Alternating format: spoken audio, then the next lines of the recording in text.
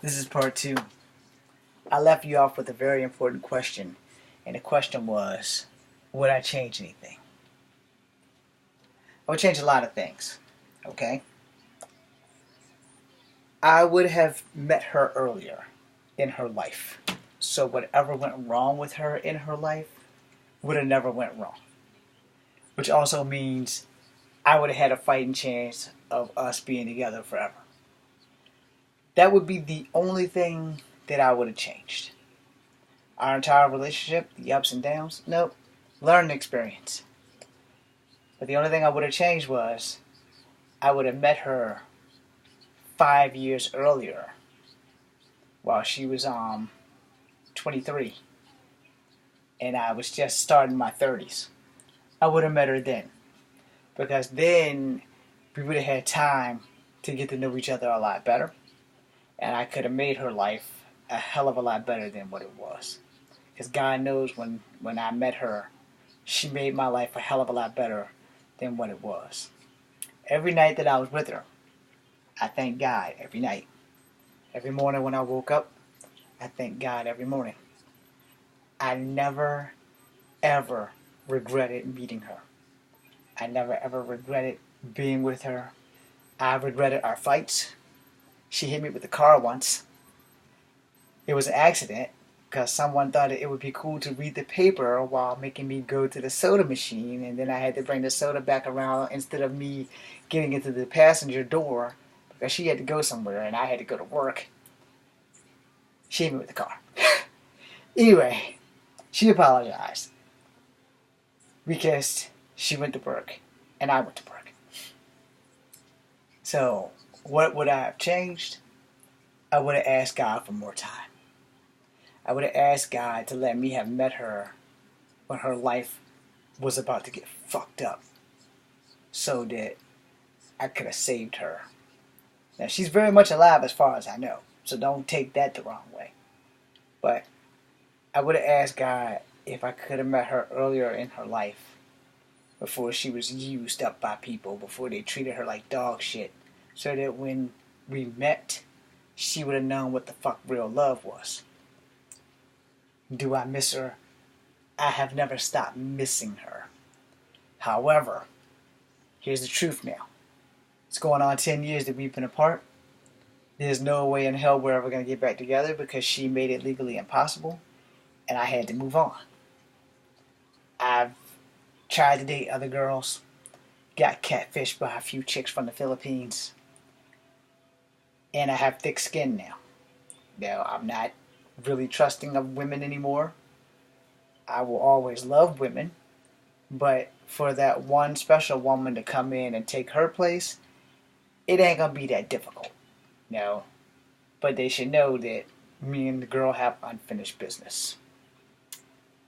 However, like I said, she made it legally impossible for us to have this business resolved.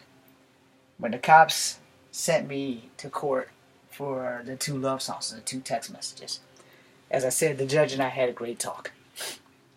His exact words were, "Son, I know you love her, but you're going to have to love her from afar.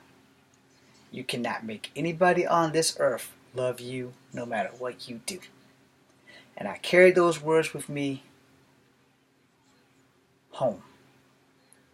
Now, the text messages and stuff, I didn't send them to her until I got back out of the Army. Because I figured, spend enough time away from her, because we broke up in 2010.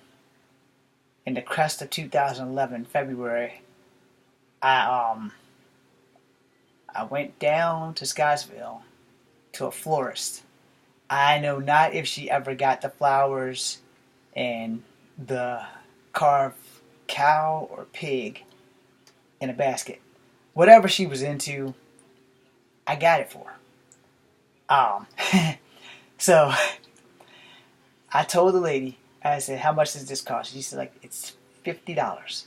I said, "Okay, I'm going to give you $100. I want those flowers, and this carved cow or pig." It was only one, I don't remember what it was, in that basket, full of flowers delivered to her on the 28th of February to the house in Scottsville. I said, you deliver that to her. He said, and where will you be? And I said, I'll be knee deep in sand at Fort Benning, Georgia, which is exactly where I was. And I went down there in February to Scottsville. I went down there in the first week of February. I shipped out to Fort Benning, Georgia on Valentine's Day. So I got to Fort Benning, Georgia on the 15th.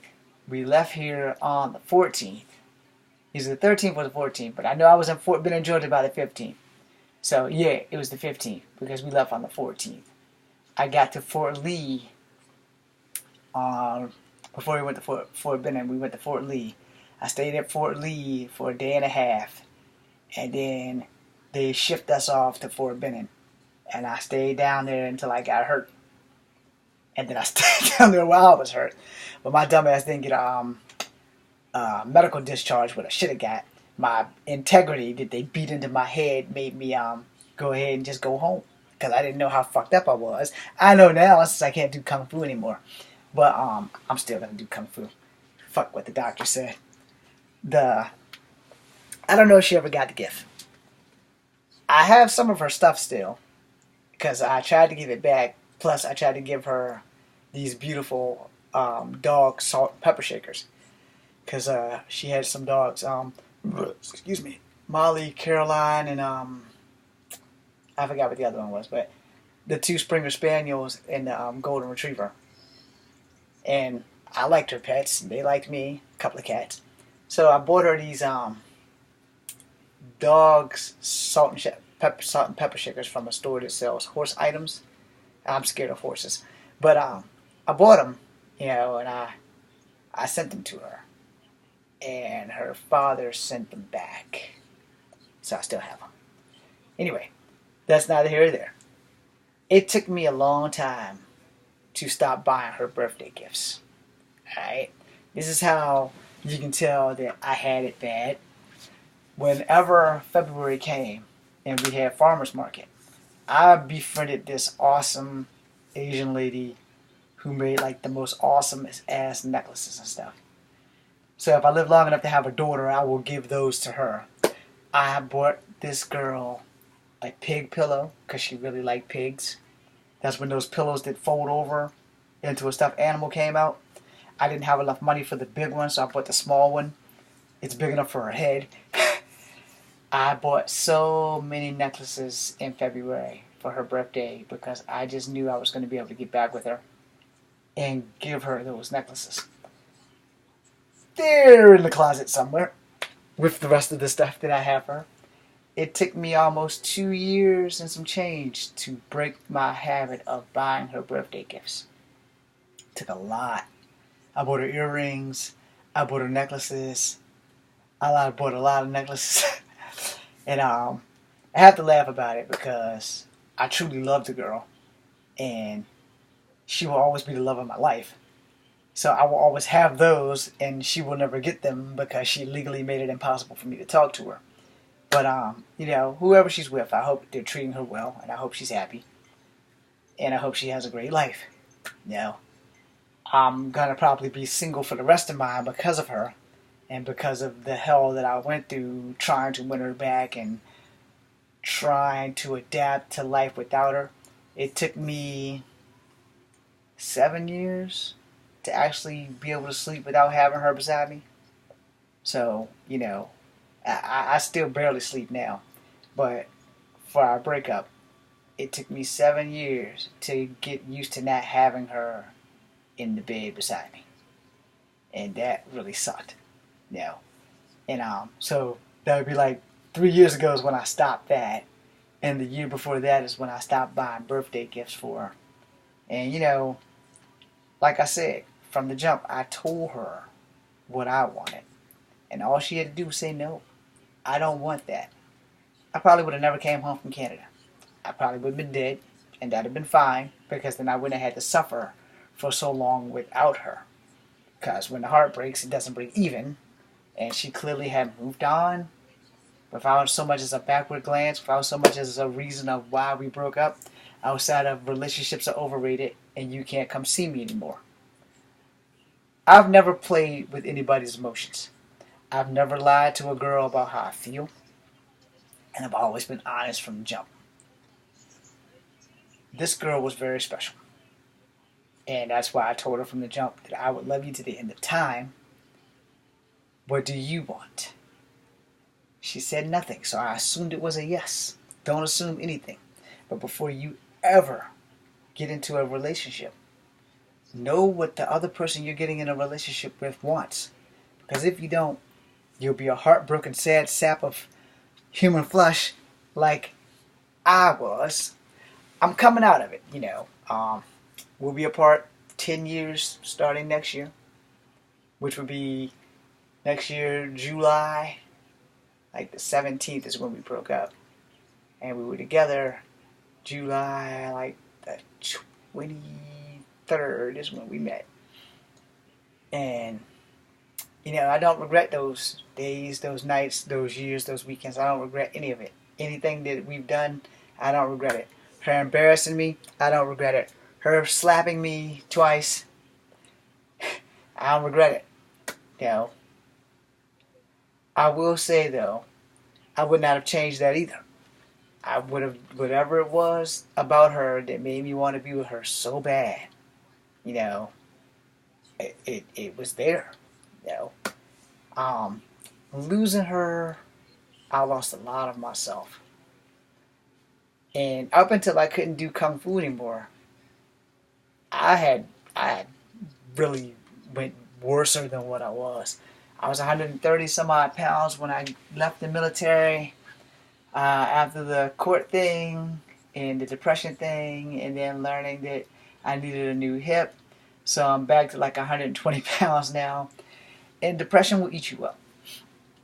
So when you're in a relationship, or if you're starting a relationship, and for you young people, please know what you're getting into. Know what you want before you do something exceptionally stupid. Which brings me to the sad part of these relationship videos.